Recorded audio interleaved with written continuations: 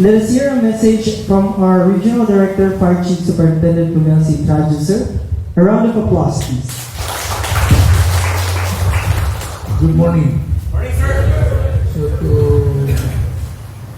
my Assistant Director for Administration, Senior Superintendent Cabot, my ERD for Operations, Senior Superintendent Saldana, other senior officers, senior commission officers, non-commission officers. Good morning. Morning, sir. Last week we have a launching of the new vision and mission of the Bureau. It will be formally launched sa Bureau by February or first week of March. But the focus of this new program is the culture of excellence. Meaning, it focuses now on how we rebrand our Bureau as an as in a service that is adaptable to every sector of the community. So, we urge everybody to adjust also with this new mission and vision, new strategy of delivering our services.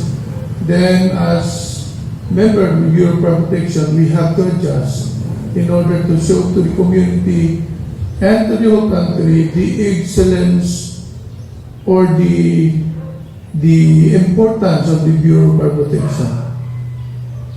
So, we will be having a rebranding.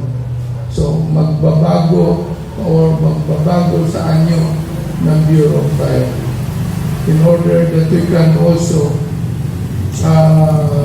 counter those negatives na nasa social media, and hopefully ay may pakita nato kung unsa ka importante atong Bureau sa community.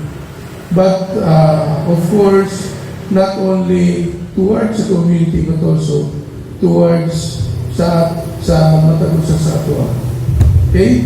So we hope that this program will be effective in rebranding our Bureau, and this will be effective also with your cooperation.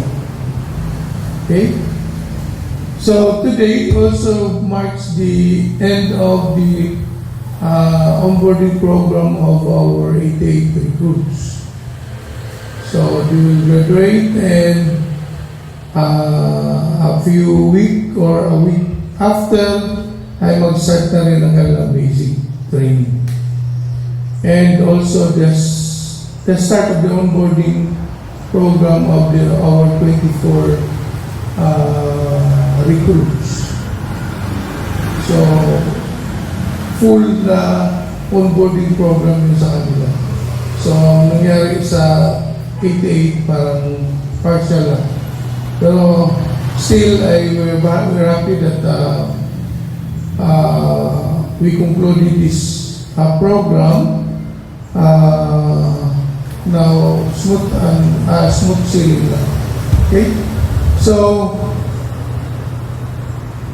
panindigan na natin ang just the best, kailangan natin ang cooperation ng matagis. Thank you very much. Thank you, sir, for that warm message.